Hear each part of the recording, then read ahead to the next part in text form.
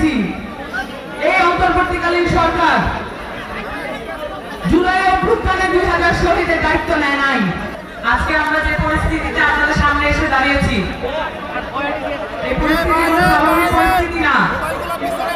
আমরা প্রত্যেকেই উৎকণ্ঠিত, আমরা প্রত্যেকেই শোকাবহ রাত পার করেছি এবং আমাদের দেশ গড়তে জুলাই পদযাত্রা আজকে এই পর্যায়ে এসে শোভাযাত্রায় পরিণত হয়েছে। প্রিয় চাঁদপুরবাসী, আপনারা জানেন আপনাদের মাটিতে কতজন মানুষ শহীদ হয়েছে এবং এই শহীদের মায়ের আত্মনাদ আপনারা সকলেই শুনেছেন এবং এখনো শুনে যাচ্ছেন। বাংলাদেশের এই উর্বর মাটি শহীদদের রক্তে রঞ্জিত।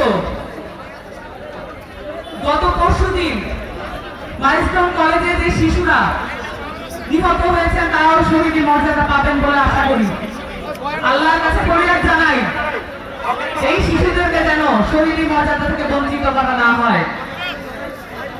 বাংলাদেশের সকল মানুষ এক মহাকাব্যিক স্রোতে বহমান হচ্ছে।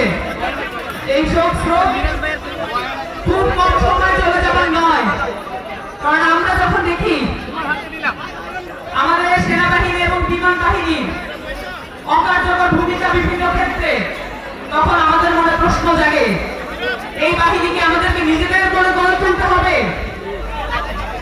আমাদের মনে প্রশ্ন জাগে এই রাষ্ট্র পুনর্গঠনের জন্য কতদূর পর্যন্ত আমাদের শহীদদের মর্যাদা ভূমণ্ডিত হতে হবে।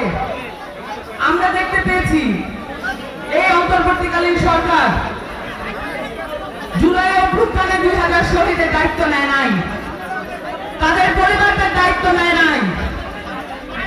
এবং এই কিছুদিন আগে আমরা দেখলাম মাইলস্টোন কলেজে যে শিশু শিক্ষার্থীরা নিহত হয়েছেন, সেই শিশু শিক্ষার্থীদের এবং যারা আহত হয়েছে তাদের চিকিৎসার জন্য সাহায্য চাওয়া হচ্ছে সরকারের পক্ষ থেকে। আমরা বিস্মিত হয়ে লক্ষ্য করি একটি অন্তর্বর্তীকালীন সরকার এমবাসি ব্যাকআপ নিয়ে নিজেদেরকে একটি নির্বাচনকালীন সরকারে পরিণত করেছে এবং এই সরকারে কোন ধরনের দায়বদ্ধতা নাই বাংলাদেশের জনগণের প্রতি।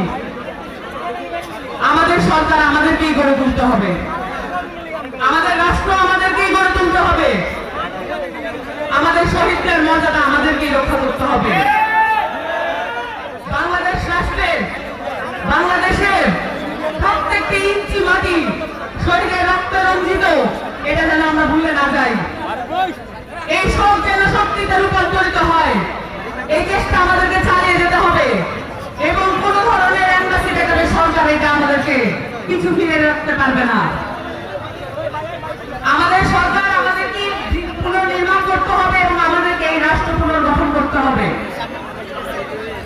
আমাদেরকে নতুন চাঁদপুর সহ পুরো বাংলাদেশের নতুন কাঠামো নির্মাণ করার জন্য ক্রমান্বয়ে সংগ্রাম চালিয়ে যেতে হবে।